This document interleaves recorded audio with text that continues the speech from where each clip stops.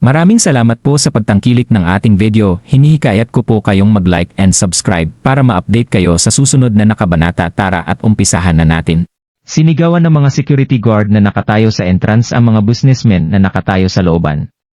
Ang mga mayayaman ay nagmadali at masigasig na sumugod at lumapit para salubungin ang mga bagong dating na panauhin.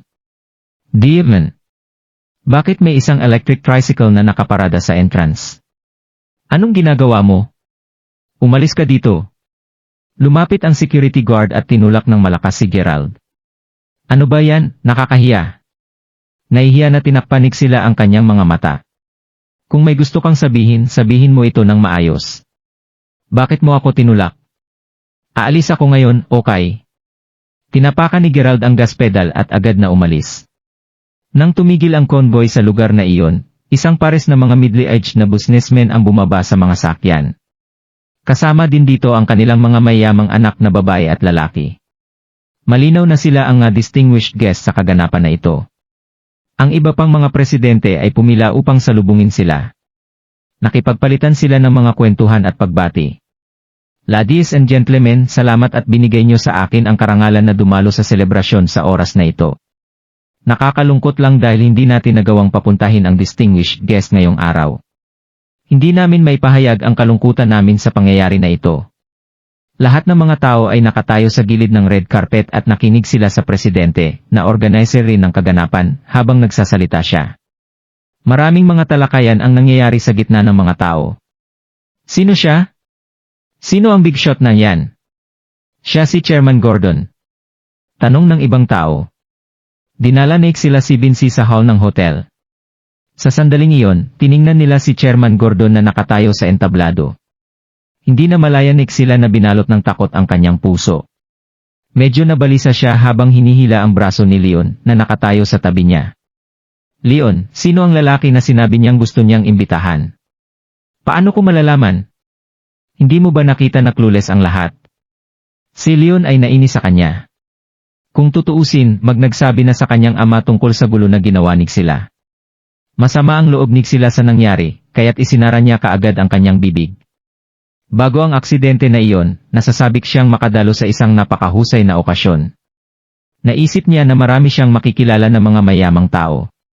Ngunit alam niya sa kanyang sarili na insecure siya. Natandaan niya na may sinagot na tawag si Gerald at ang tumawag sa kanya ay isang tao na nagngangalang Chairman Gordon. Iniisip niya kung taong nasa harapan niya at ang taong tumawag kay Gerald ay isang tao. Ngunit lalo itong nagiging hindi makatotohanan habang iniisip niya ito. Sino ba si Gerald? Ang tanging paliwanag na naisip niya ipinakilala ng kababata ni Gerald si Gerald kay Chairman Gordon. Kung wala ang kaibigan na iyon, hindi siya makikilala rin ni Chairman Gordon. Naisip ni sila na ligtas siya at gumaan ang kanyang loob nang maisip niya iyon. Hey! Marami tayong pwedeng pag-usapan pagdating sa big shot na ito. Ang ating distinguished guest na si Chairman Larson, na pumunta dito lahat mula sa Mayberry, at ang kanyang anak na babae ay naging matalik na kaibigan niya. Nakangiting sinabi ni Chairman Gordon. Tumugon naman si Chairman Larson gamit ang kanyang mayabang na ngiti.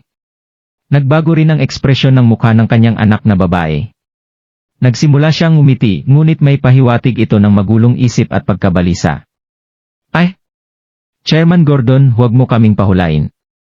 Bilisan mo at sabihin sa amin kung sino ang big shot na ito. Napansin ng mga curious na panauhin ang pagiging misteryoso ni Chairman Gordon. Bakit hindi na lang ganito? Hayaan niyo akong magbigay sa inyo ng isang clue, baka malaman niyo kung sino siya. Siya ang may-ari ng pinakaluxurious na villa sa Mayberry, Mountaintop Villa. Maliban pa doon, milyonaryo din siya sa Sunnydale Province at siya ang presidente ng pinakamakapangyarihang grupo sa Mayberry. Masiglang sinabi ni Chairman Gordon. Ay! Nagulat ang lahat sa ibaba ng entablado nang marinig nila ang sinabi ni Chairman Gordon. Ay! Alam ko kung sino ang tinutukoy niya ngayon. Ang taong iyon ay Seymour Crawford na mula sa Mayberry. Paano nangyari iyon? Seymour Crawford ng Mayberry ay nakarating na sa wakas sa Salford Province. Makapangyarihan at mahusay na tao si Chairman Gordon, kaya madali lang para sa kanya na imbitahan si Seymour Crawford sa kaganapang ito. Ang kanilang talakayan ay walang tigil. Karamihan sa mga negosyante na natipon dito ngayon ay naisip na si Chairman Gordon ay nagbibiro lamang.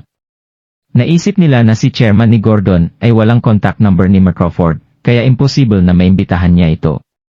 Hindi ba sinusubukan mo lang gamitin ang pangalan ni Mark Crawford sa iyong kalamangan at hindi ba umasa ka sa pamilyang Larson mula sa Mayberry para makilala ang lalaking ito? Sa sandaling iyon, ipinahayag ni Fabian ang kanyang opinyon mula sa ilalim ng entablado. Pero nabalitaan ko na si Chairman Gordon ay nagsagawa ng ilang mga projects ni Mark Crawford. Hindi ba't pamilyar na talaga siya kay Mark Crawford? Nagsimulang mag-usap ang ilang mayayaman na tagapagmana mula sa panig ni Leon. Sila, Vinci, hindi ba kayong dalawa ang taga Mayberry? Siguro kilala niyo si Mark Crawford ng Mayberry, tama ba? Sa harap ng publiko, disente ang trato ni Fabian kay sila. Parehong umiling sinak sila at Vinci at sinabi, narinig namin ang tungkol sa kanya mula sa mga kaklase namin. Napakalakas at influential niya. May alam tungkol sa kanya ang lahat ng mga mamayan ng Mayberry. Ngunit wala na kaming ibang alam maliban doon. Vinci, bakit hindi mo tanungin ang mga dating kaklase natin? Muntik ko nang masira ang phone dahil sa sobrang pagkabalisa ko. Hindi maganda at magiging awkward para sa kanya kung hindi siya makikisali sa talakayan, dahil ang mga mayamang tagapagmana ay nagsimulang mag-usap tungkol kay Mark Crawford, lalo na't mula rin siya sa Mayberry. Tumango si Vinci. Sinubukan niyang kunin ang kanyang phone sa kanyang bag ngunit napahinto siya ng ilang segundo. Hala? Naiwan ko yata ang bag ko sa tricycle ni Gerald. Maraming tao ang naroroon kanina at hindi naging komportable ang pakiramdam ni Vinci sa nangyari kanina kaya nagmamadali siyang bumaba ng electric tricycle. Nakalimutan niyang kunin ang kanyang bag sa sandaling iyon. Nako, ang burara mo naman. Maraming pera ba ang laman nito? Tanong Nick sila. Hindi ako nag-aalala kung manakaw man ang pera ko. Sana lang mapansin ito ni Gerald. Kung mawawala ito, mawawala rin ang aking cellphone, identity card, at mga bank card. Sagot ni Vinci. Hoy! Bakit ka bumalik dito? Mukha bang parkingan ito sayo? Sa sandaling iyon, isang kaguluhan ang narinig mula sa entrance. Sa masusing pagsisiyasat, ilang mga security guard ay tila sinusubukang pigilan ang isang binata na makapasok sa venue. Nakalimutan ng kaibigan ko ang kanyang bag. Gusto ko lang ibigay ito sa kanya. Ang binata na tinutukoy ay walang iba kundi si Gerald. Tingnan mo nang mabuti kung anong uri ng lugar ito.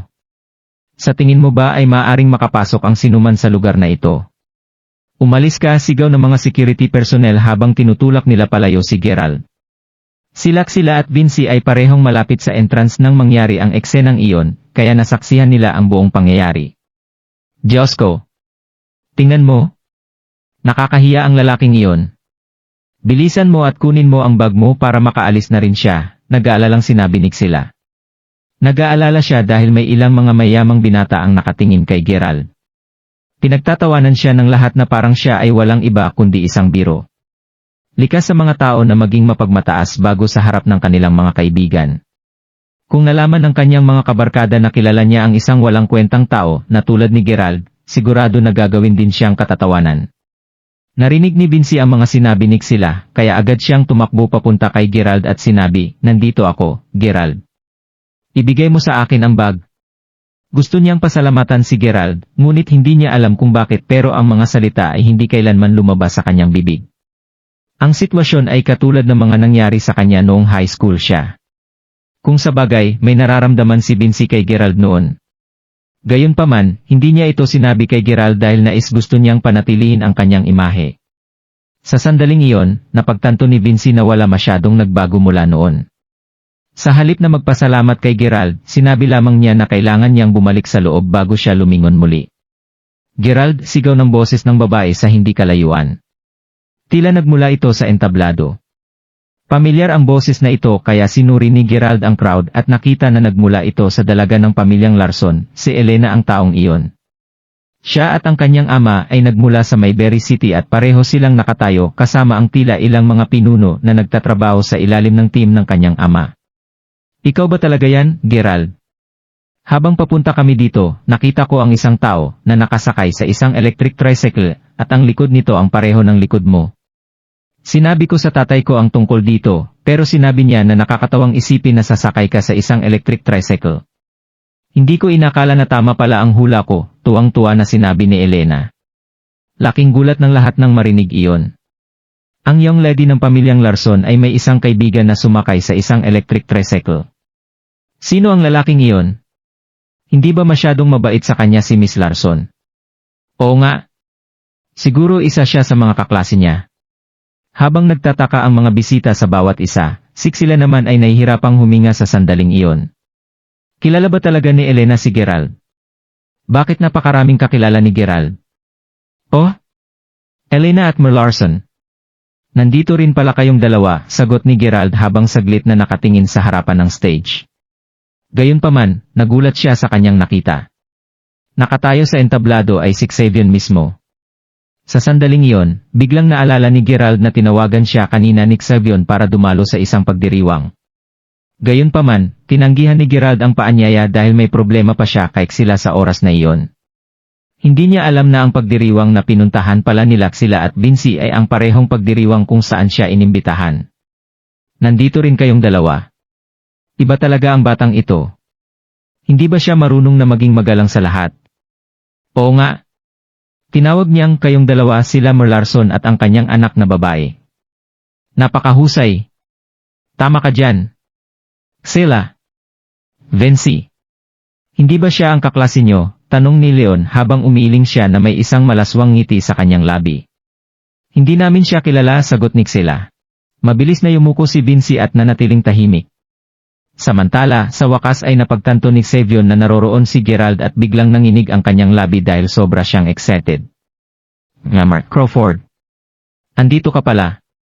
Inakala ni Xavier na ayaw dumalo ni Gerald sa pagdiriwang dahil maliit ang tingin niya sa mga ordinaryong mayayaman na dumadalo sa mga ganoong kaganapan, kaya hindi na siya kinulit pa ni Xavier nang matapos ang tawag na iyon. Ngunit nandito siya, nakatayo sa harapan niya ngayon. Hello, Mark Crawford. Sinabi ni Mer Larson at ng kanyang grupo na tumutugon sa naunang greeting sa kanila ni Gerald habang sila ay naglakad at yumuko sa harapan niya. Sa sandaling iyon, binalot ng katahimikan ang buong lugar. Marami sa mga panauhin ang sobrang nagulat na ang kanilang mga panga ay umabot na sa lupa. Bakit ang lahat ng mayayaman at makapangyarihang mga tao na ito ay yumuko sa binatang ito na dumating sa isang electric tricycle? Si Chairman Gordon rin ay tila nanginginig kanina habang nagsasalita. Lalong bumibigat ang paghinganig sila sa bawat minuto na lumipas. Ang kanyang isip ay ganap na naging blangko, at ang kanyang bibig ay nakabukas na pwedeng ipagkasya ang ilang mga itlog sa loob nito. Mark Crawford. Tina, tinawag ba talaga nila si Gerald na Mark Crawford? Paano ito nangyari? Masyadong gulat si Vinci kaya hindi siya makaisip ng replay. Wala na siyang ideya kung ano ang nangyayari.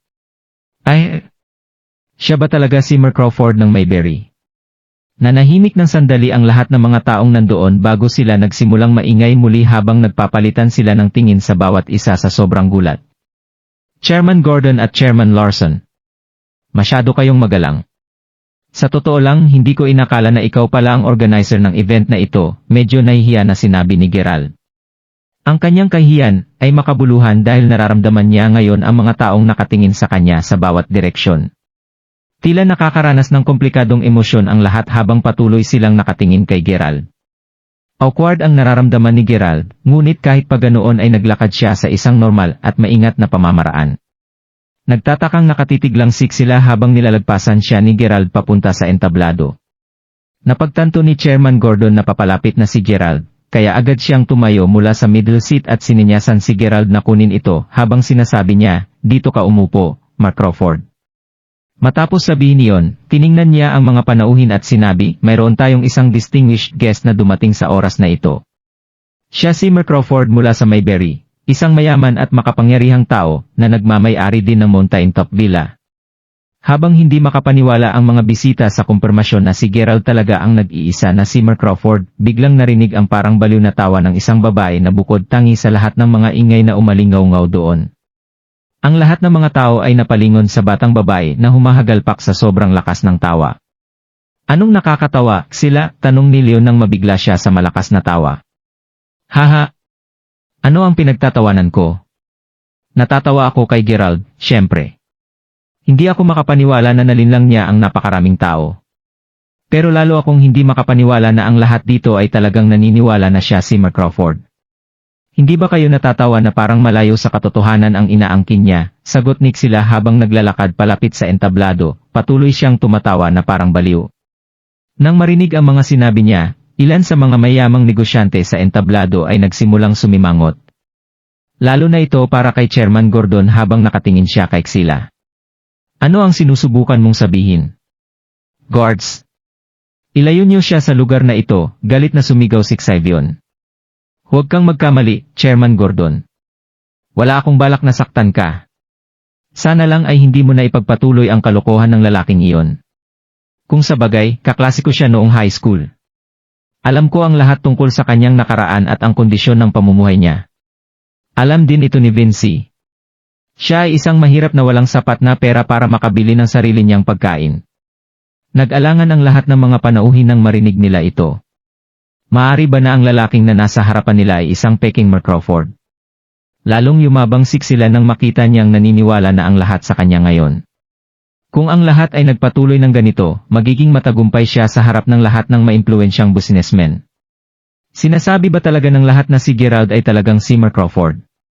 Kalokohan. Ito ay imposible talaga. Biglang lumingon Sila kay Gerald, makikita ang inis sa kanyang mukha habang tumatawa siya bago niya sinabi, hindi mo ito inasahan, Gerald. Nandito ako ngayon para hindi mo ipagpatuloy na lokohin si Chairman Gordon at ang iba pa. Kahit anong mangyari ay hindi siya maniniwala na si Gerald talaga si Mark Crawford. Napailing lang si Gerald na may ngiti sa kanyang labi. Si Xavion ay nagpakita ng isang pilit na ngiti habang sinasabi niya, hahaha. Talaga ba? Mali yata ang inaakala ng dalagang ito kay Mark Crawford. Siya talaga si Mark Crawford. Ang nag-iisang may-ari ng Dream Investment Group. Hindi na kaya ni Xila na tumawa ng malakas nang marinig niya ang mahigpit na tinig ni Chairman Gordon. Ha? Totoo ba talaga ito? Mula pa noon, kinamumuhian na ni Xila sa tuwing nakikita niya ang desperadong mukha ni Gerald. Hindi niya kayang maging seryoso pagdating kay Gerald. Ilang taon lamang ang nakakaraan mula nang huli silang magkita. Talaga bang malaki ang pinagbago ni Gerald mula noon? Bakit napakaraming mayaman at maimpluwensyang mga tao ang naging magalang at mabait sa kanya? Paano magiging totoo ang lahat ng ito?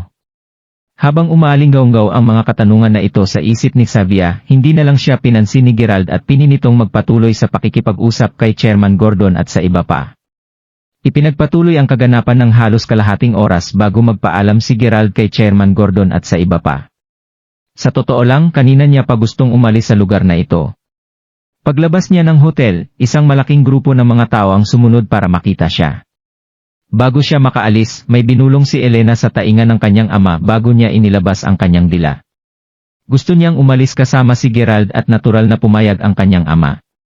Sobrang pagkabalisa ang naramdaman ni Xila habang naglalakad siya palabas ng hotel kasama si Vinci para ihatid sa labas si Gerald. Nang magkita muli sila, sumakay na si Gerald sa kanyang electric tricycle ngunit sa oras na ito, si Elena ang nakaupo sa likuran niya. Nahihiya kanina si Vinci kay Gerald dahil nakasakay sila sa isang electric tricycle, ngunit ngayon ay dumapo sa kanya ang kakaibang kaba na nararamdaman niya ngayon. Kung sa bagay, napakagandang dalaga ni Elena ngunit talagang masaya siyang nakaupo sa likod ng isang electric tricycle. Parang wala ng problema si Vinci kung sasakay siya sa electric tricycle na iyon ngayon. Napagtanto niya na ang mga komplikadong emosyon na ito ay nagmula sa sandaling napagtanto niya kung sino talaga si Gerald. Sobra siyang nabigla at natakot sa biglaang pagbabago ng mga kaganapan. Siya ay parang nasa isang panaginip. Sila naman ay nabalisa sa nangyari na tuluyan siyang napaiyak habang patuloy siyang nakatingin kay Gerald. Hindi nagbago ang damit ng lalaking ito, ang mukha niya ay tulad pa rin ng dati at hindi rin nagbago ang ugali niya. Mukhang nakakaawang tao ang kombinasyon ng itsura ni Gerald kanina. Gayunpaman bakit naramdaman ni Xile na ang lalaking ito ay parehong higit na nakasisindak at nakakahanga sa pagkakataon na ito. Hindi malinaw kung paano naging posible ito.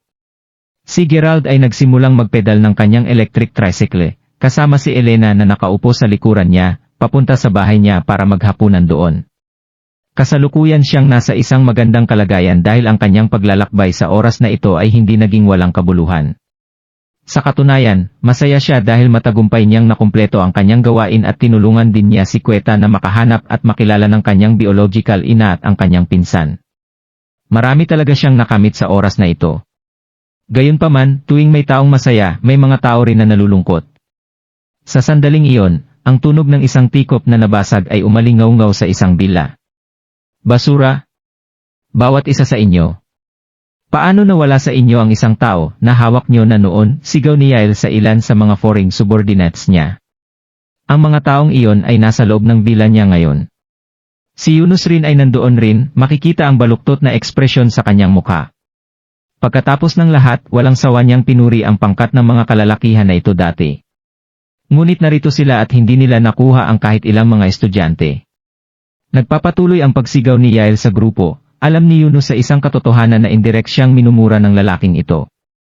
Sobrang nagalit si Yunus nang mapagtanto niya ito. Muscular, Marlong, napapaligiran kami noong oras na iyon. Maaring hindi natin sinasadyang nalarma ang local armed forces noon. Sana bigyan mo pa kami ng isa pang pagkakataon. Ibigay mo sa amin ang lokasyon ni Jasmine at siguradong ibabalik namin siya sa oras na ito, sabi ng pinuno ng grupo. Huli na ang lahat. Huli na ang lahat para gawin pa ang lahat ng yan. Sa tingin mo ba, napakadaling sumugod sa pamilyang Fenderson? Nagkaroon lamang tayo ng isang pagkakataon na agawin si Jasmine sa oras na ito dahil ang pamilya ay kasalukuyang nasa mahirap na sitwasyon. Dahil doon, hindi namin kailangan ng tatay ko na malaman kung ano ang pinaplano ng pamilyang Fenderon. Pero ito ang grupo mo na talagang kumikilos ng ganun kabilis at inalerto nyo agad ang kaaway dahil dito. Kailangan kong manalangin na hindi maghinala ang pamilyang Fenderon na kasali ako sa kaguluhan na ito. Magpapasalamat ako hanggat hindi nila ako hinuhuli, maririnig ang pagkabalisa sa kanyang boses. Siya ay totoong takot na ang nabigo na kidnapping ay agad na humantong sa masamang kahihinatnan. Mas maraming mawawala sa kanya kaysa makuha sa sitwasyon na ito kung makakaapekto ang ginawa niya sa mahalagang pangyayari sa kanyang pamilya. Pagkatapos nito ay lumingon si Yunus sa kanyang mga nalulungkot na mga subordinates bago siya nagtanong, nagtataka ako, walang dahilan para dumating ng mabilis at agaran ang mga helicopter dahil imposible na nasabihan sila agad ng local armed forces.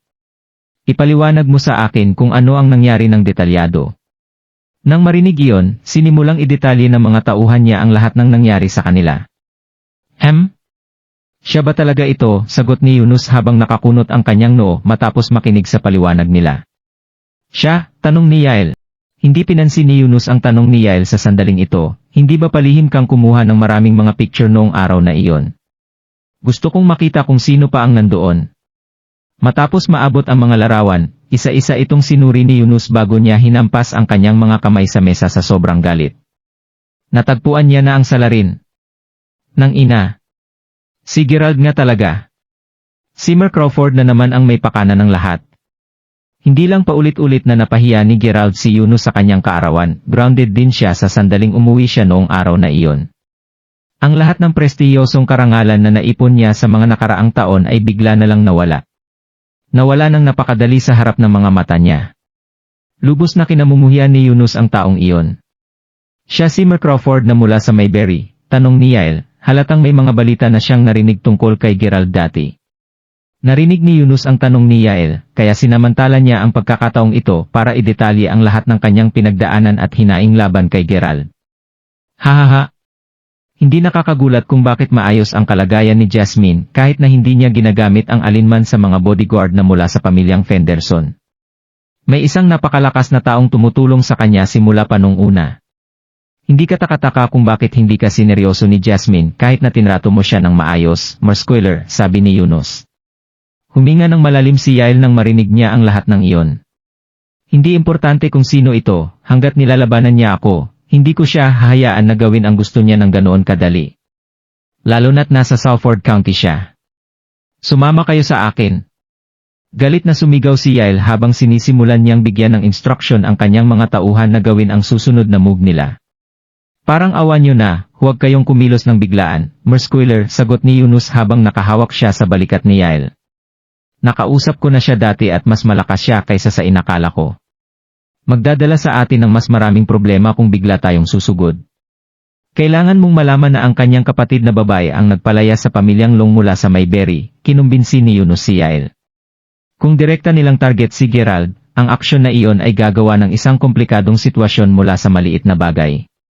Naiintindihan naman ni Yael kung saan nanggaling ang hinaing ni Yunus. Gayunpaman, hindi niya maiwasang makaramdam ng kaunting selos ngayon na alam niyang nasa tabi ni Jasmine si Gerald. Kung sabagay, iyon ang tunay na dahilan kung bakit hindi siya pinapansin ni Jasmine, at kung bakit siya sinampal ng babaeng ito. Kahit papaano ay napakalma niya ang kanyang sarili at nang mangyari iyon, mas gumaan ang pakiramdam niya. May mas magandang ideya ka ba, Yunus? Hahayaan ko lang ba siyang magpatuloy na gamitin ang kanyang kapangyarihan para takutin ang ibang mga tao sa Salford County? Malamig na tumawa si Yunus bilang sagot kay Yael, bago niya sinabi, "Siyempre hindi. Sa totoo lang, mas gugustuhin kong manatili siya dito magpakailanman para ipagpatuloy ko ang paghihiganti ko sa kanya pagkatapos ng lahat ng pagdurusa ko. Nga pala, pwede mo bang ipahiram sa akin ang ilan sa mga tauhan mo, Mas Squealer? Kailangan kong gumawa ng investigasyon kung sino sa mga tauhan ni Gerald ang isinama niya dito." Walang problema. Silang dalawa ay nagpatuloy sa pakikipag-usap hanggang sumapit ang gabi. Makalipas ang 3 araw. Aalis ako ngayon papunta kay Auntie Fenderson. May gusto ka bang kainin? Kami na mismo ang kukuha ng mga sangkap na iyon para sayo. Kahit ano pwede na. Magugustuhan ko ang anumang ihahanda mo at ni Auntie Fenderson, sagot ni Gerald habang nakangiti siya sa kanilang dalawa. 3 araw lamang ang nakalilipas ngunit ang kweta ay malapit na kay Auntie Fenderson. Katulad ng sinabi ni Gerald, hindi kinamunguhian ni Kweta si Sara para sa mukha niyang may scar. Si Sara ay naging masaya at kontento habang nakatingin siya sa matino at masunurin niyang anak matapos niya itong makasama araw-araw. Para naman kay Kweta, natural at ligtas ang pakiramdam niya tuwing nasa paligid niya si Auntie Fenderson. Si Auntie Fenderson ay tulad ng isang malapit na kamag-anak sa kanya. Matapos marinig ang sinabi ni Gerald, sabay silang nagtungo sa shopping center. Kanina habang naglalakad sila sa gilid ng shopping center, napansin ni Sara na si Kweta ay patuloy na sumisilip sa isang maliit na shop na nagbebenta ng mga candid house. Nalungkot siya nang makita niya ang kaawa-awang itsura ni Kweta. Kung tutuusin, ayon kay Kweta, kung hindi niya nakilala si Gerald, malamang ay mabubuhay pa rin siya sa kahirapan ngayon. Nabanggit din niya na sa kanyang pagkabata, isang luksuri para sa kanya na makakain ng candid house. Sa pag-iisip na iyon, nakalabas na sila sa mall ngunit tumigil si Sara sa paglalakad bago niya sinabi, "Ay, may nakalimutan akong kunin. Hintayin mo ako ng sandali, Kweta. Babalik ako."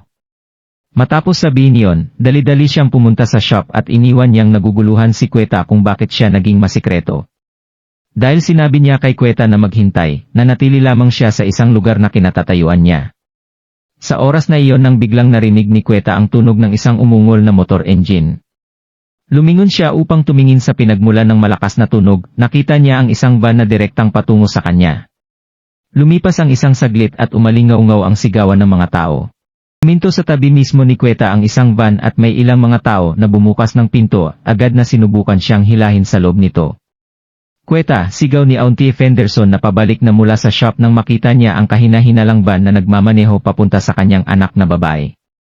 Agad siyang tumakbo patungo sa kawawang batang babae na nagpupumilit na makatakas mula sa mga dumakip sa kanya. Ang mga kidnappers ay sinusubukan pa rin siyang kaladkarin papunta sa van.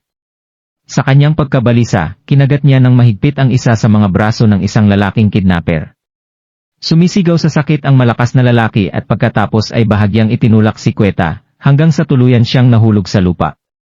Bilang isang resulta, ang likod ng ulo ni Kweta ay tumama sa isang bato sa gilid ng kasada, agad siyang nahimatay mula sa matinding epekto ng pagkalaglag niya. Sa oras na nakarating si Sara sa grupo ng mga kalalakihan, dala na nila ang wala ng malay na si Kweta sa van. Sinubukan niya ang lahat ng makakaya niya para suntukin ang mga ito at pigilan na kunin sa kanya si Kweta. Gayunpaman, kahit na desperado siyang lumaban, paano naman siya mananalo laban sa grupo ng malalaking mga lalaki? Habang nawawalan na ng pag-asa si Sara, ang sulok ng kanyang mata ay biglang napatingin sa isang tao na nagmamadaling tumakbo papunta sa eksena.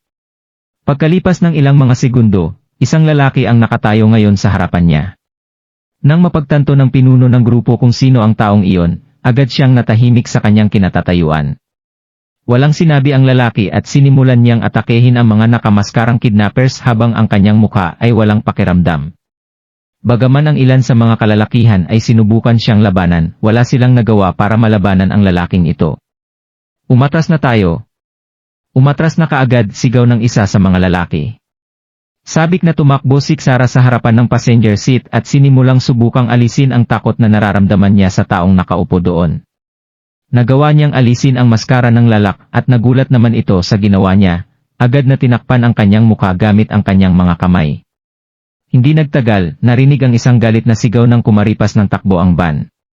Gustong habulin ng mga lalaking tumulong sa kanila ang van, ngunit nagbago ang prioridad niya nang makita niya ang malalang mga sugat ni Queta. Salamat. Maraming salamat, sabi ni Sarah habang yakap niya si Queta.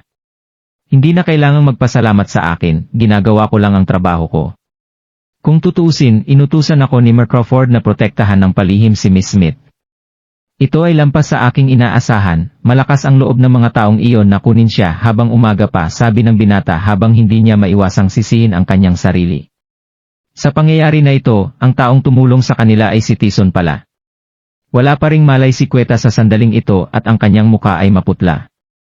Hindi nagtagal, may narinig siyang ambulansya sa di kalayuan.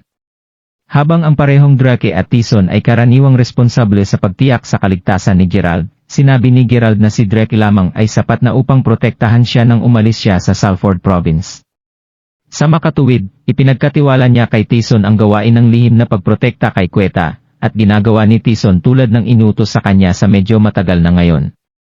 Binigyan siya ni Gerald ng kautusan dahil malinaw sa kanya na maraming mga tao sa paligid niya ang nabiktima ng kidnapping noong una, kaya naging maingat siya sa kaligtasan ni Queta.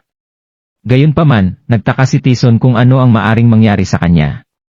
Ito ang dahilan kung bakit kadalasan siyang walang ginagawa habang sumasailalim siya sa partikular na gawain. Hindi niya inasahan na makita ang mga tao na sinusubukang ipatong ang isang daliri kay Queta ngayon sa pamagitan ng kanyang observatory equipment. Medyo nahuli si Tyson kahit na siya ay sumugod sa eksena ng napakabilis sa abot ng makakaya niya, huli na siya dahil hindi niya naiwasan masugatan si Queta. Sinay niya agad kay Gerald ang tungkol sa insidente, kaya agad itong nagtungo sa ospital kung nasaan si Queta. Wala pa rin siyang malay sa pagdating niya, at ramdam ni Gerald ang buong katawan niya na nanginginig dahil sa hindi mapigilang galit. Si Sarah umiiyak ng buong oras.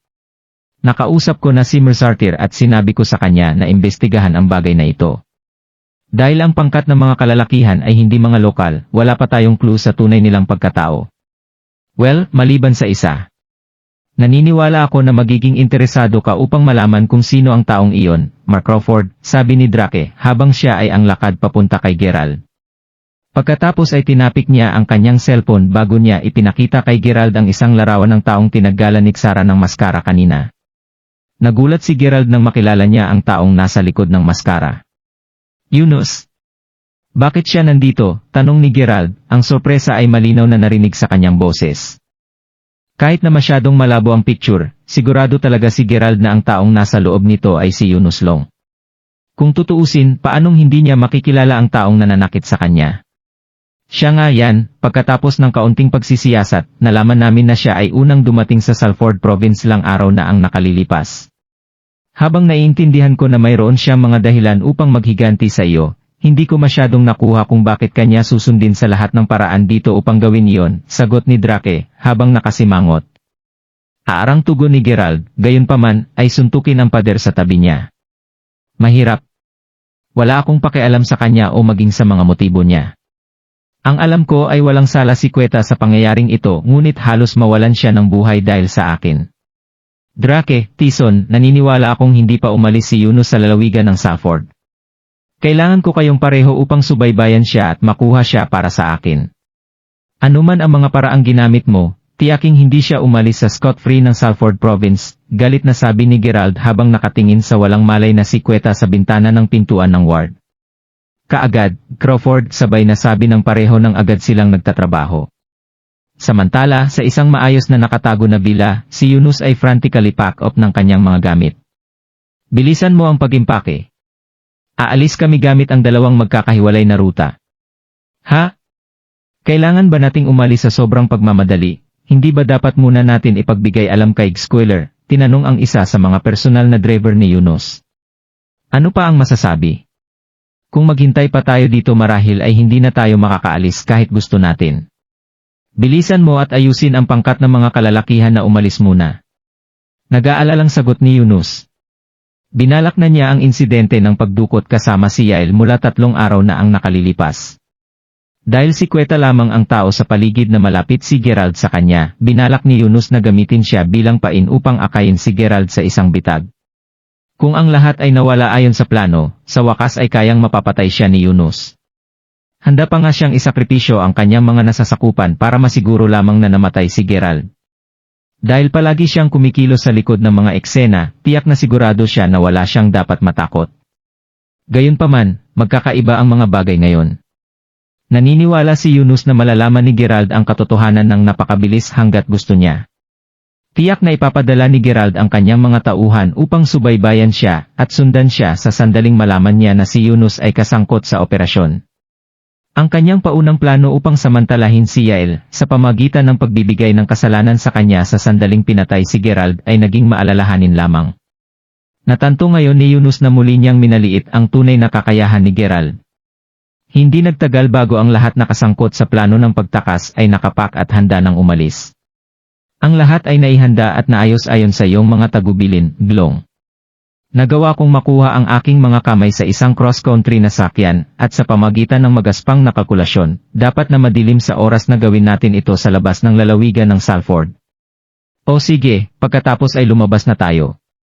Gayun din, mag-ayos para sa isang susundo sa amin sa Mary City, sabi ni Yunus habang isinuot ang kanyang salaming pang-araw at bitbit ang maleta sa sakyan. Habang nangyayari ito, tila may isang bagay na hindi tama sa lungsod ng lalawigan ng Salford. Maraming mga tatak na mga mamahaling kotse ang nagmamaneho pataas at pababa ng mga kalye, at tila mayroong hindi bababa sa 500 mga mamahaling kotse sa buong Kalipunan. Ang dagat ng mga mamahaling kotse ay patungo sa buong lungsod na ginawa para sa isang tunay na kamanghamanghang tanawin.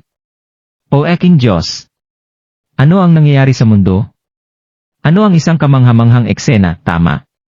Nagtataka ako kung tungkol saan ang kaguluhan. Talunin mo ako. Walang balita tungkol sa kung ano ang kasalukuyang nangyayari sa lahat.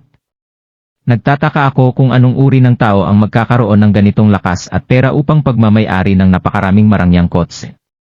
Habang ito ay nakakagulat sa lahat ng mga nasa loob ng lalawigan ng Salford, ang mga naglalakad sa paligid ng lalawigan ay nasa isang mas malaking sorpresa. Malakas na pag-drone ang maririnig sa kalangitan sa sandaling iyon na hinihimok ang mga tao sa labas na tumingin. Holy Carpi, tingnan ang lahat ng mga helikopter na iyon. Diyos ko! Ano ang nangyayari sa mundo? Habang ang karamihan sa mga tao ay nabigla sa punto kung saan ang kanilang mga panga ay nakasabit ng malawak, maraming iba pa ang kaagad na nagsimulang kumuha ng mga larawan ng eksena.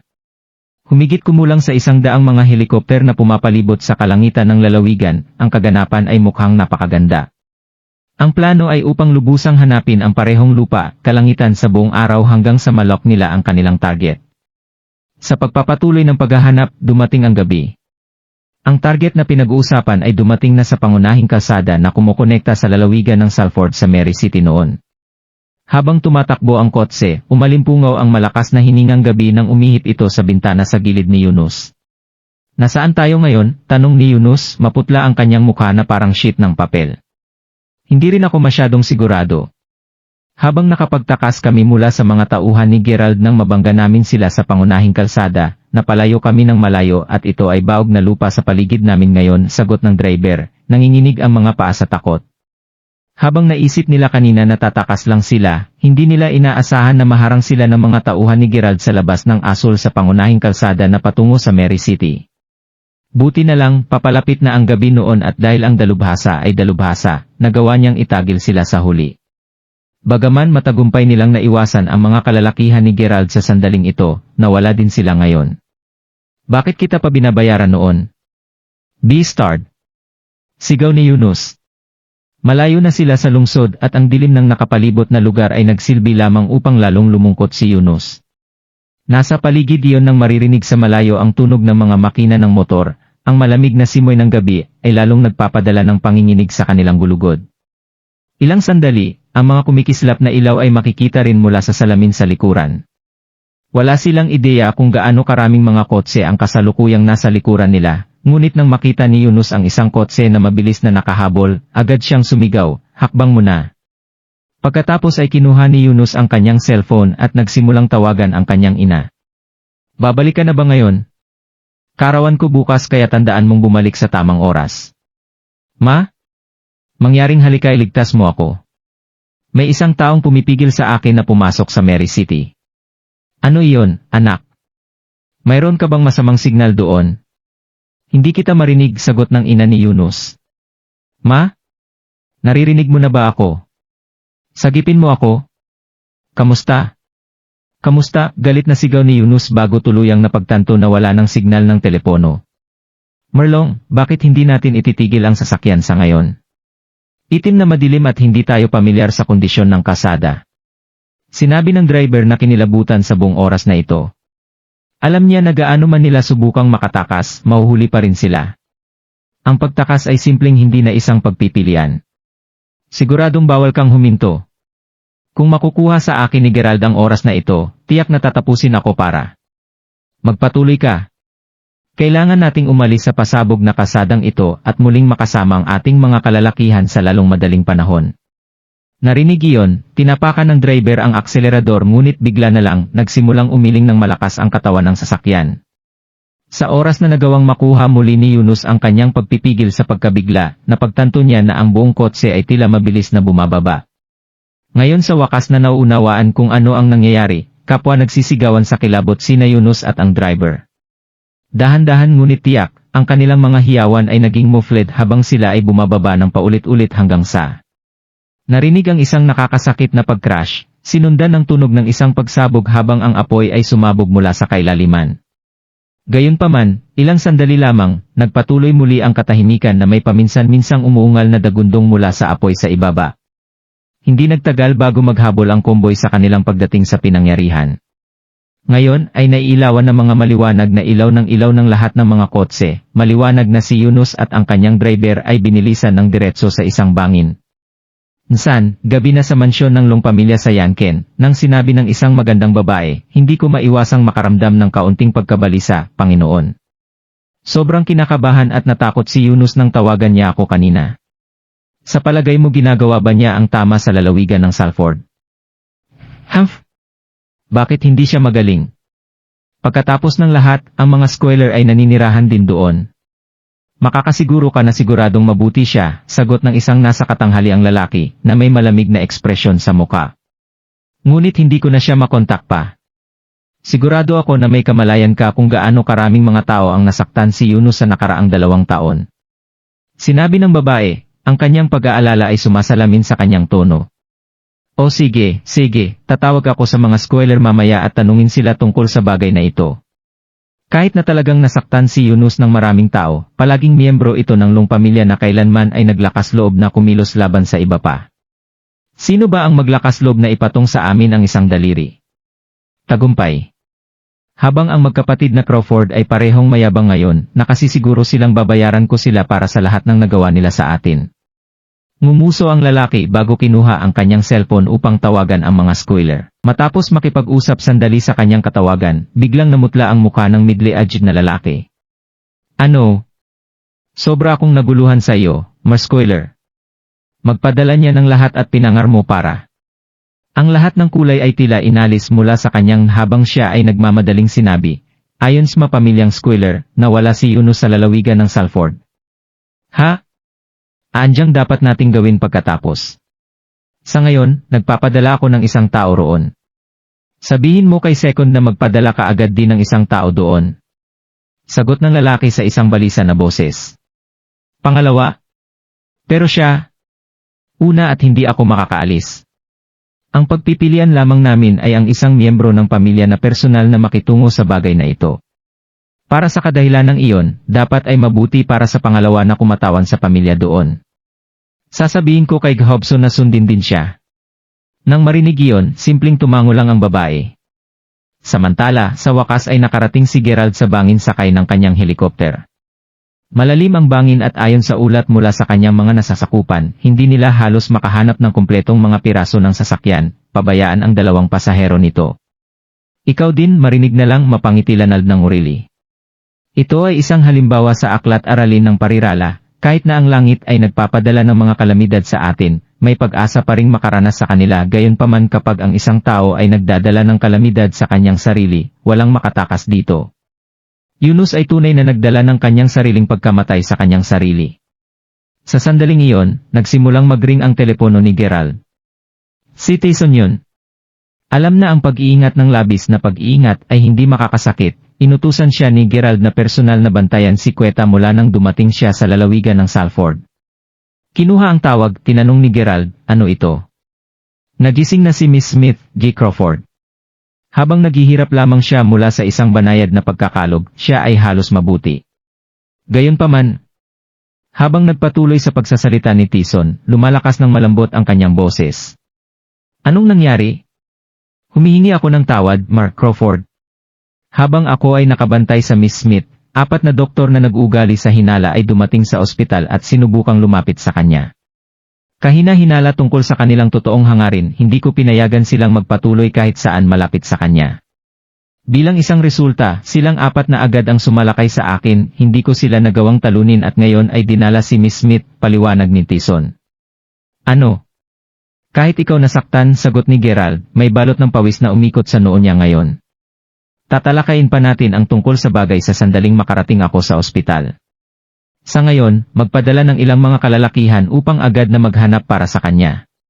Kung may nangyari talaga kay Queta, alam ni Gerald na tiyak na mapupuno siya ng pagkakasala at pag-aalburoto.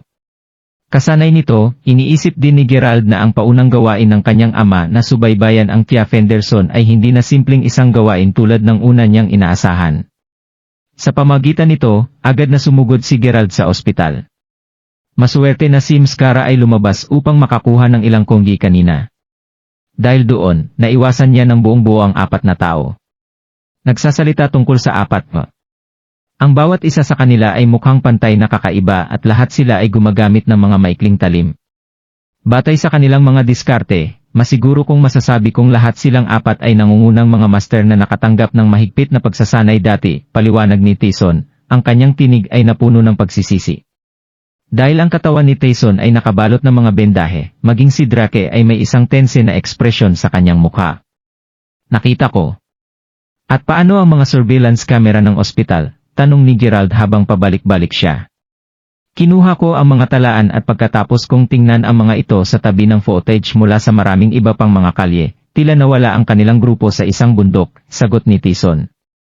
Narinig iyon, saka tinapik ni Gerald ang balikat kay Tyson bago sinabi, maaari ko lamang ipalagay na ang 4 na kalalakihan na nagawang saktan ka ay nagtatrabaho para sa isang napakalaki at makapangyarihang pamilya. Nakilala mo ba ang alinman sa 4 na sumalakay? Kahit na mayroon kang kaunting ideya, maaring ito ang aming susunod na alamin upang alamin sa ang pamilyang pinagtatrabahuhan nila. Hindi mo na kailangang tingnan pa ang bagay, Gerald. Sa palagay ko alam ko kung sino ang 4 na kalalakihan. At sa palagay ko alam ko din kung sino ang kumidnap kay Queta.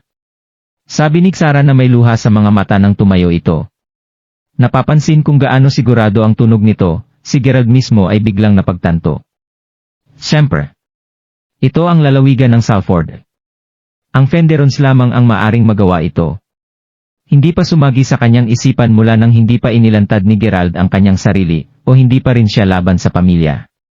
Ang katotohanan na palaging itinatago ng mga Fenderon ang ganoong mababang profile na ginagawang mas mahirap pag-isipan, at pagkatapos, isaalang-alang na sila ang may kasalanan sa mga ganitong sitwasyon.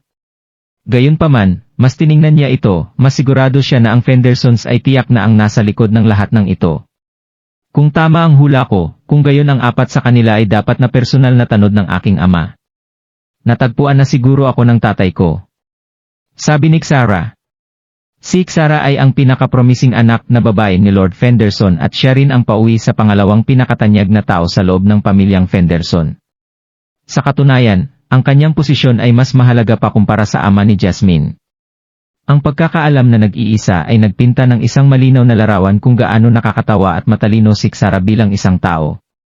Idinagdag na sa kanyang nakahihigit na intuisyon, sigurado si Xara na ang kanyang ama ang siyang kumidnap kay Queta, kahit na wala siyang ideya kung paano niya ito nahanap sa una. Alam na alam ko ang Fendersons, Gerald, habang maraming mga komplikadong panloob na bagay ang nangyayari sa loob ng pamilya, kung ang aking ama ang siyang kumidnap kay Queta, pagkatapos ay makasisiguro ako na hindi niya pahihirapan ang mga bagay para sa kanya. Ang problema, hindi ko masabi ang pareho tungkol sa natitirang mga miyembro ng pamilya Fenderson. Hahahag pa rin. Upang isipin na ang lahat ng ito ay nagmula sa akma na itinapon ko sa kanya maraming taon na ang nakakalipas.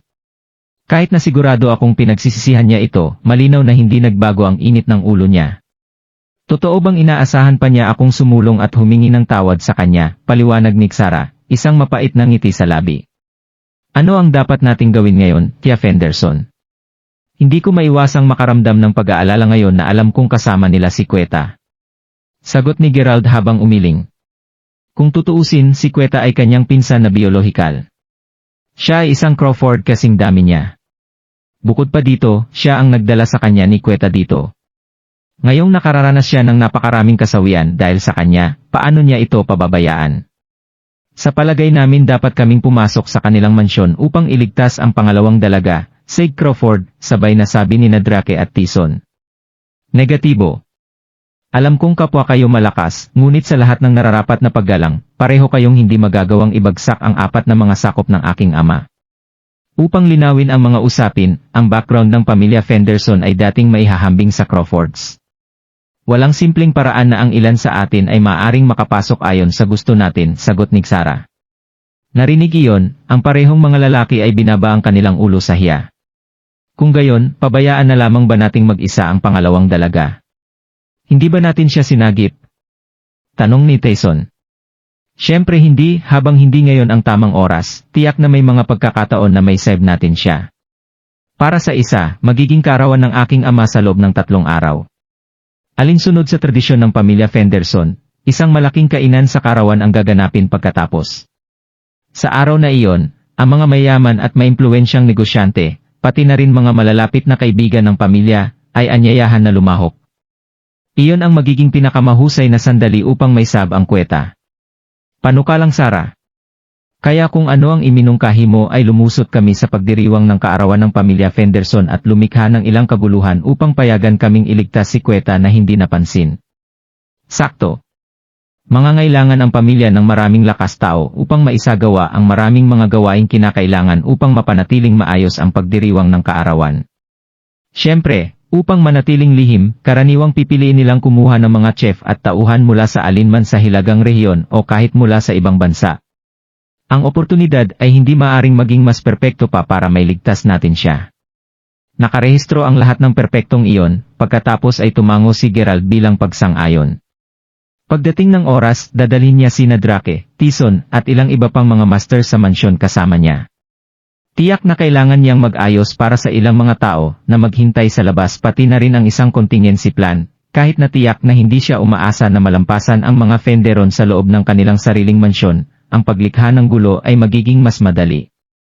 Kapag nangyari iyon, magagawa nilang iligtas si Queta at iwanan ang mansyon, sana ay hindi ito napansin. Paano tayo makakapasok sa tabi ng mga tinanggap na tauhan? Tanong ni Drake. Kaya, dahil ang proseso ng pag-screen sa pamagitan ng mga dayuhan ay napakahigpit, malamang na mag-focus muna sila sa pagtitipon ng mga tauhan mula sa Mary City.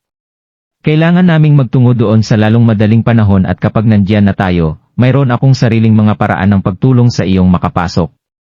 Na pinag-uusapan, mayroon din akong ilang mga kumpidensyal na pinagkakatiwalaan ko sa mga Fenderon. Tatanungin ko lang sila tungkol sa tukoy na kinaroroonan ni Queta, sagot ni Sarah. Si Sarah ay matapat na nakaramdam ng labis na pagkabalisa.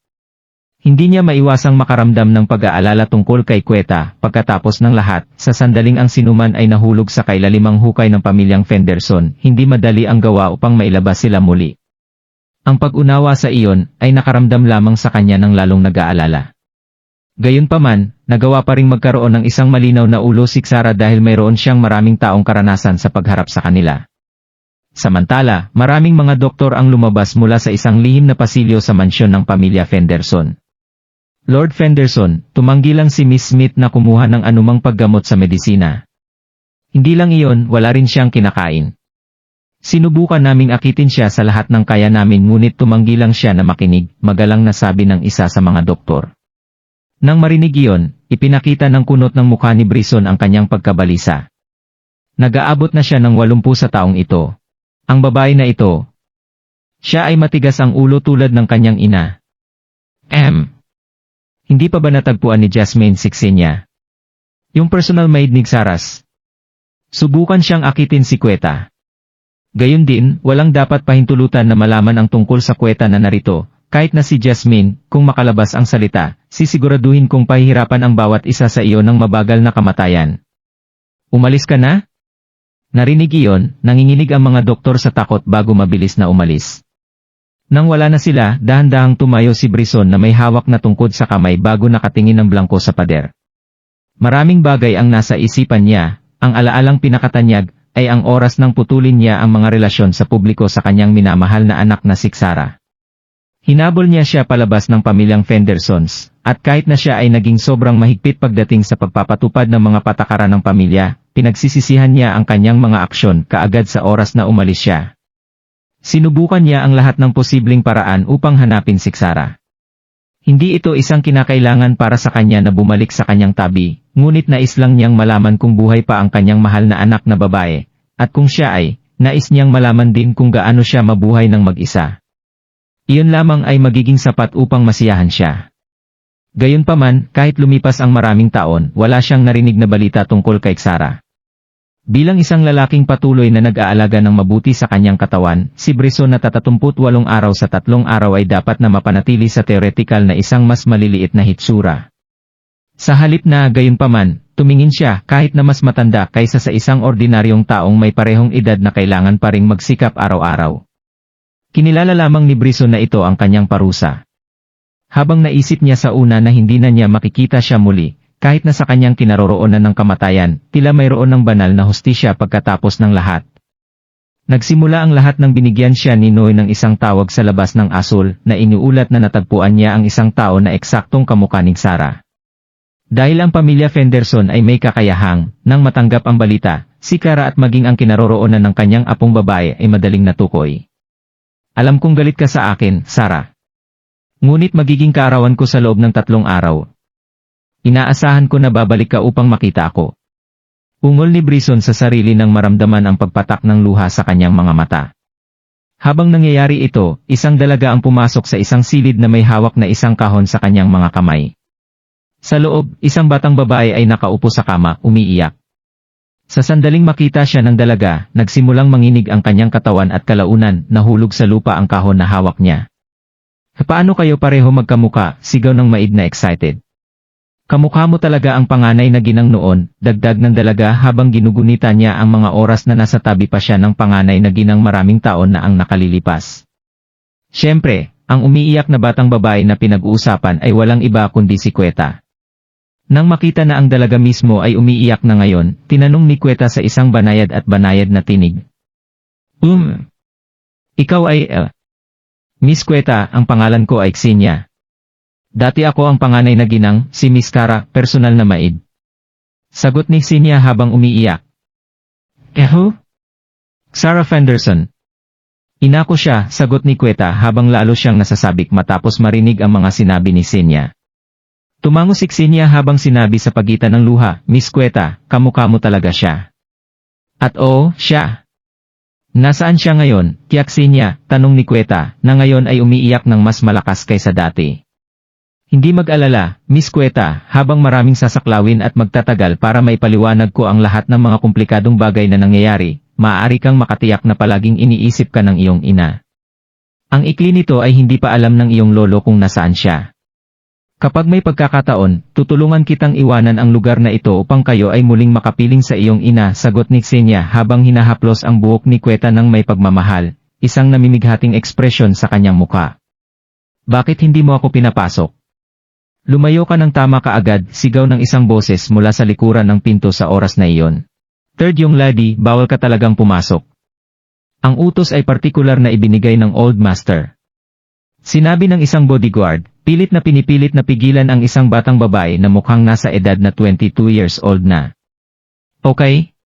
Sinasabi mo ba sa akin na mayroon na ngayong lugar sa loob ng mansyon ng Fenderson kung saan ako, si Quincy Fenderson, ay hindi makapasok? Parehas na ayaw sa akin ng aking nakatatandang kapatid na babae at pangalawang kapatid. Sinasabi mo bang ayaw rin sa akin ni Lolo? Mas pinipigilan mo akong pumasok, mas gusto kong pumasok at tingnan ang sarili ko. Lumayo ka na, sigaw ni Quincy sabay tulak sa bodyguard at sumugod sa loob.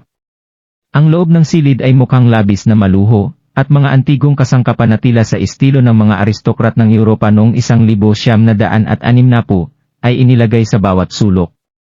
Bukod sa silid ng kanyang lolo, ito lamang ang iba pang silid na ito ay maluho sa buong mansyon. Tuwing wala siyang mas mahusay na gawin, si Quincy ay madalas na pumupunta sa silid na ito upang tumingin sa paligid. Tulad ng karamihan sa iba pang mga Fenderon, madalas na pinangarap ni Quincy na lumipat sa partikular na silid na ito. Pagkatapos ng lahat, narinig niya na ang silid na ito ay tinutuluyan ng kanyang tiyahin.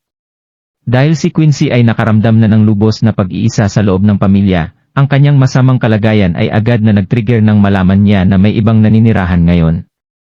Nais niyang makita para sa kanyang sarili kung sino ang nakakuha ng akses sa pamumuhay sa silid, subalit ang kanyang pahintulot na pumasok ay tinanggihan. Lahat na humantong sa kasalukuyang eksena. Nang makita siyang sumabog ng walang babala, kapwa nag-alala sina Queta at Xenia. Hindi inaasahan ni Xenia na may isang tao na makilala sa kanila tulad nito. Ikaw? Sino ka? Mukha kang pamilyar, sabi ni Quincy, pakiramdam na bahagyang nagulat ang kanyang sarili nang makita niya si Queta. Ang pangalan ko ay Queta Smith. Queta. Hindi pa kita nakikita dati kasama ng ibang mga Fenderon, hindi ba? Tanong ni Quincy habang iniskan ang dalaga mula ulo hanggang paa. Sa wakas gumaling mula sa kanyang pagkabigla, tinanong ni Xenia, ikaw ang pangatlong dalaga, tama? Ang matandang Panginoon ay ang nag-utos kay Miss Queta na manatili dito sandali upang magpahinga at gumaling mula sa kanyang mga pinsala.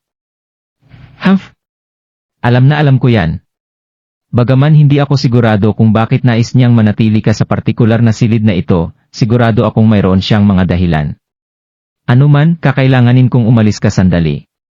Gusto kong sabihin kay Miss Queta ng isang bagay ng pribado, utos ni Quincy.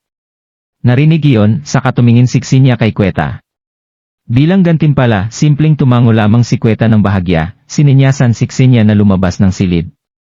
Sabay labas ni Xenia, sinara agad ni Quincy ang pinto sa likuran niya. Pagkatapos ay tumingin siya ulit kay Queta bago masayang sinabi, kailangan ko ng tulong sa isang bagay. Maaari mo bang ipahiram sa akin ang silid na ito sa isang gabi? Maaari kang manatili sa aking silid pansamantala. Paano naman Dial? Halata ang dahilan kung bakit gusto niyang matulog sa silid na ito. Gayunman, si Queta ay ganap na hindi nabantayan ng tanong. Ni hindi niya alam kung paano mag-replay. Sa lahat ng katapatan, simpleng inaabangan niya ang pagdating ni Gerald upang iligtas pareho sila at Xenia upang sa wakas ay muling makasama niya ang kanyang pamilya. Dahil wala talaga siyang oras o lakas upang sayangin ang mga tao dito kasama ang anuman sa kanilang mga usapin, nanatili lamang siyang tahimik. Ano ang ibig sabihin ng katahimikan na iyon? Hindi ba tayo makapagpalit ng mga kwarto sa isang gabi? Tanong ulit ni Quincy. Ang mga kamay niya ngayon ay nasa baywang na. Bago siya magtanong sa ikatlong pagkakataon, ang tanod mula kanina ay biglang pumasok sa silid bago sinabi sa isang malamig na tinig, pangatlong binibini, nais ni Lord Fenderson na makipagsalita sa iyo. Ikaw, sagot ni Quincy nang baling tumingin sa bodyguard. Ilang sandali pa, tumayo si Quincy sa harapan ng bodyguard at hinampas siya ng husto sa mukha. Gaano ka mangahas na ilabas ako? Hintayin mo lang at tingnan kung paano ako makitungo sa iyo. Sinabi ni Quincy habang pinandilatan niya si Queta ng pangwakas na oras bago nagmamadaling umalis, galit na galit. Ano ang nangyayari sa iyo sa pagkakataong ito? Quincy, tinanong kapwa sina Jasmine at Mindy na nagkataong tumawid sa kanya. Gayunpaman, simpleng hindi sila pinansin ni Quincy, humihima sa paglalakad sa kanila. Sa sandaling napagtanto ni Jasmine na si Quincy ay nagmula sa direksyon kung nasaan ang silid ng kanyang tiyahin, si Jasmine ay nagtungo sa bodyguard mula kanina at kaswal na nagtanong, mayroon bang tao sa silid ng tiyahin? Sa totoo lang meron, panganay na binibini. Sino ito? Humihingi ako ng paumanhin, ngunit pinagbawalan ako ng Panginoon Fenderson na sabihin sa sinuman ang tungkol sa bagay na iyon. Inaasahan kong hindi mo na ako tatanungin patungkol sa taong mananatili sa loob, sagot ng bodyguard. Huminga ng malalim, pagkatapos ay nakasimangot si Jasmine habang sumilip sa silid kung saan doon tinutuluyan ang kanyang tiyahin. Napansin niyang may sinusubukang itago sa kanya ang kanyang lolo sa mga nagdaang araw. Ano pa, ang kanyang pagsisikap sa pag-imbestiga sa kanyang tiyahin ay umabot lamang sa kalahating punto nang inutusan siya ng kanyang lolo na itigil na ang pagsisiyasat. Kahit na mula noong bata pa siya, kinamumuhian na talaga ni Jasmine ang pagkakaroon ng mababaw na kaalaman sa kahit anumang paksa. Dahil doon, plano niyang una na pumasok sa silid ng kanyang tiyahin upang subukang maghanap ng mga bagong lead kasama si Mindy. Ang pagkabunggo niya kay Quincy ay walang aksidente lamang. Ngayon alam na ang isang tao ay lumipat sa silid na iyon, ang kanyang pag-usisa ay nabuo. Sino ang maaaring may sapat na karapat-dapat na payagan na manatili doon? Bakit hindi tayo lumusot at tumingin sa loob ng silid, Jasmine, iminungkahi ni Mindy na ngayon ay lalong nagiging curious din. Huwag kang magmamadali. Sa ngayon, dapat muna tayong umalis. Kaarawan na ngayon ng lolo sa kaarawan at ayaw kong galit siya sa ganitong oras, sagot ni Jasmine habang nagsisimulang maglakad palayo. Kahit na sinabi niya iyon, siya ay totoo lang kahit na mas nakakausyos kaysa kay Mindy. Makalipas ang 2 araw. Nakuha mo ba ang lahat ng mga material na sinabi ko sa iyo? Mangyaring i-double check muli sa ibang pagkakataon. Hindi namin kayang magkaroon ng anuman sa mga material na wala dahil gagamitin namin ang mga ito upang palamutihan at iset up ang venue mamaya ngayong gabi. Kung ang kaganapan bukas ay naantala dahil sa atin, kailangan naming magbayad ng labis. Sinabi ng isang ginang na 30 taon sa isang medyo binata. Gagawin, Miss Little, sagot agad ng binata. Speaking of which, ang grupo ng mga chef mula sa North Bay ay magluluto din ng hapunan. Talagang mahirap ang paglilingkod sa pangkat ng mga kilalang tao. Naglalaro pa rin sila ng mga card upang maipasa ang oras kahit sa oras na ito. Isa-isang ihatid sa kanila ang hapunan. Hindi issue. Ang binata na pinag-uusapan ay walang iba kundi si Gerald. Tuntunin talaga ni Tia Fenderson ang kanyang dating titulo. Talagang may connection siya saan man. Mga 2 araw na ang nakalilipas ng siya, si Drake, Tison, at ang ilan pa ay napunta sa koponan na ito na may halos walang gulo. Tulad ng dati sa taunang pagdiriwang ng kaarawan ng Fenderson, mag-aanyaya ang mga Fendero ng mga sikat na lokal na chef pati na rin mga babaeng kilalang tao mula sa buong bansa upang makisalo sa piging. Naturally, kailangan ding magkaroon ng isang courtesy team. Dahil sa isang mayamang pamilya, pinayagan ng kaganapan ang mga Fendero na ipakita ang kanilang halos walang kapantay na kayamanan at karangyaan. Ang napakalawak na bilang ng mga tao sa koponan ni Gerald ay isa pang paraan ng pagpapakita nito. Hindi nagtagal bago napabalitaan si Miss Little na tapos na ang hapunan. Kaugnay nito, inatasan si Gerald na ihain ang mga pagkain sa isang pangkat ng mga kilalang tao. Mayroong 8 babaeng kilalang tao sa loob ng pangkat na magkahiwalay na nakaupo sa 2 mesa habang naglalaro sila ng baraha. Marami sa kanila ang nakita ni Gerald sa telebisyon. Naghahay ng hapunan, anunsyo ni Gerald. Well, hello there pretty boy. Lumapit ka rito at hayaan mong hawakan kita. Hahaha. Dapat ay labis kang nasisiyahan na mag-isip ng diretso pagkatapos manalo ng ganon karami. Subukang huwag takutin ang binata. Biro ng isa pang tanyag na tao. Ngayon bakit mangyayari iyon? Hindi tulad na pagsasamantalahan ko siya o ano paman. Hahaha. Pagdating sa paglalaro ng mga baraha, ang mga nanalong natural na makakaramdam ng kaligayahan samantalang ang mga nawawalan ng pagtatapos ay siyempre, may posibilidad na maging mas naiinip at mabigo. Hindi pinapansin ang kanilang panliligalig, si Gerald ay simpleng naghahain ng hapunan sa isa sa mga mang-awit doon. Gayunpaman, maliwanag na hindi talaga siya nagbibigay ng pansin sa kanya mula nang napunta siya nang hindi sinasadyang itulak ang kanyang sariling hapunan sa sahig. Bilang isang resulta, isang maliit na bahagi ng madulas na pagkain ang splattered sa kanyang guya. How the hell do you even do your job? Sigaw ng mang-awit habang nakatingin kay Gerald. Narinig iyon, sinubukan talaga ni Gerald na pigilan ang sarili mula sa pagsampal sa kanya. Ito ay isang makatuwirang reaksyon na ibinigay kung gaano kakilakilabot ang ugali ng mang-aawit. Gayunpaman, pinigilan niya ang paggawa nito. Pagkatapos ng lahat, ito ay bahagi ng isang mas malaking plano. Nakahawak lang si Gerald sa galit niya sa katahimikan habang hinahain ang natitirang hapunan bago magtungo sa susunod na silid. O sige, ilagay mo lang doon para sa atin. Salamat. Sinabi ng isa sa 2 batang babae sa silid. Pareho sa kanila na mukhang nasa edad na katulad ni Gerald, ay kawani ng kagandahang loob para sa pangkat ng mga kilalang tao sa ibang silid at tila abala sila sa pagsubok na tanggalin ang kanilang pampaganda. Habang sinabihan si Gerald na iwanan ang kanilang hapunan doon, natapos niya ang pagtitig sa isa sa mga batang babae ng medyo matagal bago niya napagtanto kung sino siya. DM nito.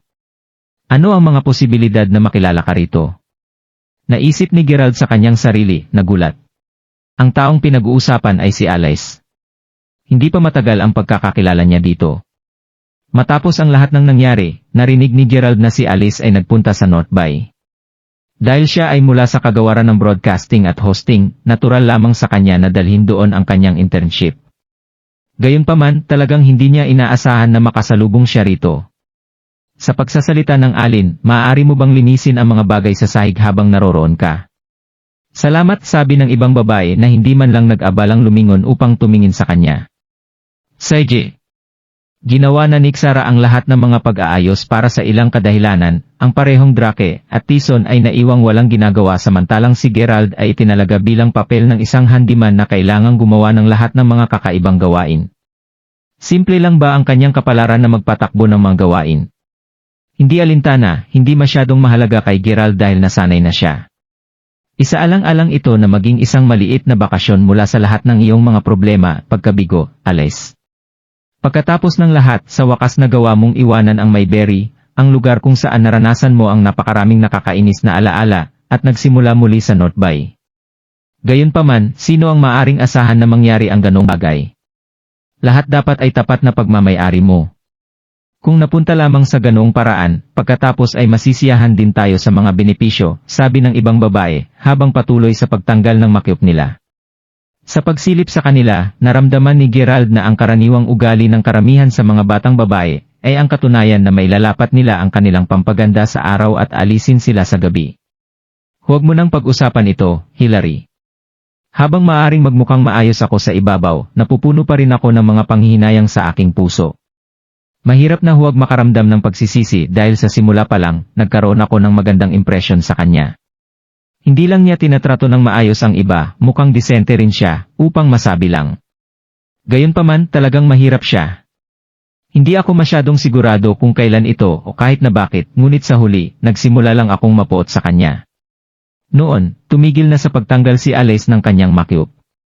Nakahiga ang ulo niya sa makyop table habang nakasusulat siya sa kamay gamit ang lapis ng kilay.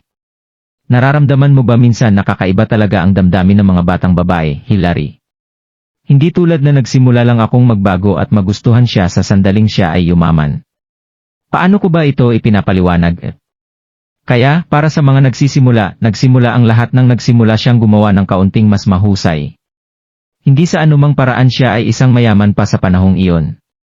Gayunpaman, tiyak na hindi na siya ganun kahirap at alam ko ito dahil hindi niya kailangan magutom tulad ng dati. Nasa paligid na iyon ng dahan-dahan kong subukang tanggapin siyang muli. Nais kong maging kaibigan siya. Alam mo, nakatayo siya sa harap ng pintuan ng koridor na may dalang isang palumpon ng bulaklak sa araw na iyon. Kagagaling lang namin ng mga kasama ko sa klase pagkatapos ng klase sa oras na iyon at hindi mo maisip kung gaano ako gumalaw noon. Ito ang dahilan kung bakit ako pumayag na makasama siya. Naisip ko na sa wakas ay makakarelasyon ako ng maayos. Hindi ko alam na lahat pala ito ay isang trick lang. Hahaha. Hindi ko talaga maiwasang magtaka kung bakit mahirap para sa akin na magsimula ng maayos na relasyon. Galit na galit ako sa oras na alam mo. Naisip ko rin na pumatay sa kanya dahil sa paglalaro ng aking damdaming ganyan, sabi ni Alice nang magsimulang tumulo ang luha niya.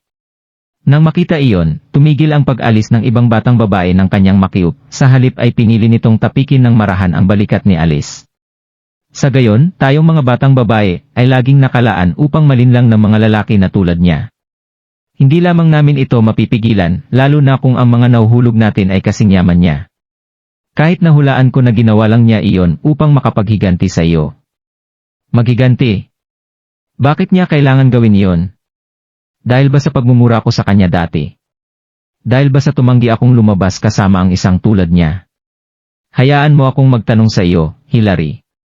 Sinong batang babae sa planeta ang hindi gugustuhin na ang kanyang kasosyo ay magkaroon ng kahit kaunting pera? At hindi ko sinasabi na ang kapareha ay kailangang mayaman din, sinasabi ko na kailangan niya lamang magkaroon ng sapat na pera upang maibigay sa kanya ang pagkain at pangunahing ginhawa. Pagkatapos ng lahat, natural lamang na ang isang batang babae ay makaramdam ng masiguradong alam na ang kanilang kapareha ay may matatag na kita. Hindi ako gaanong materyalistiko, ngunit ang pera ay kinakailangan sa buhay at hindi ko lang kayang baliwalain ang katotohanan niyan. Hindi ko pinagsisihan ang paghamak at pagtingin sa kanya ng mas mababa sa simula. Totoong hindi siya nakakagulat noong panahong iyon, sabi ni Alice sa pagitan ng paghikbi. Pasensya na kung sasabihin ko ang totoo, Alice, ngunit ang iyong pag-asang makipagbalikan sa kanya ay masyadong manipis. Kung sa bagay, parang napakadeboto niya sa batang babae na si Mila Smith. Napalampas mo talaga ang oportunidad na ito upang makapasok sa pamilyang Crawford, at makukuha ko kung bakit nagagalit ka dahil doon. Sagot ng dalaga habang sinusubukan niyang pakalmahin siya. Gusto ko pa ring magtrabaho ng husto at subukan ang aking makakaya. Kung hindi ko subukan, talagang magkakaroon ng zero na pagkakataon na mangyari ito. Ang mas pinag-uusapan ko tungkol dito ay mas nababahala ako at nabigo ako, nararamdaman ko tulad ng pag-inom, Hillary. Nag-aalaga na sumali sa akin sa pag-inom. Isang pagkakataon lang gusto ko ring uminom. Gamitin natin ito bilang ating pagkakataon upang ipagdiwang ang ating maagang pag-alis mula sa ating dimned na kabataan. Maaari mo ba kaming dalhin ng ilang bote ng pulang alak, kapatid? Salamat, sabi ni Hillary habang nakatingin kay Gerald. Bulong ni Gerald habang tumango bilang pagsang-ayon bago lumabas ng silid. Hindi man siya naglakas loob na magsalita. Sa simula, natagpuan ni Gerald ang kwento ni Alice na medyo nakaka-interes. Iniisip na nagsimula na siya ng isang bagong relasyon. Nagulat siya habang lumalayo ang kwento niya, mas napagtanto niya na pinag-uusapan niya ito. Narinig ang mga bagay mula sa kanyang pananaw, hindi mapigilan ni Gerald na makaramdam ng kaunting pagkakasala ngayon.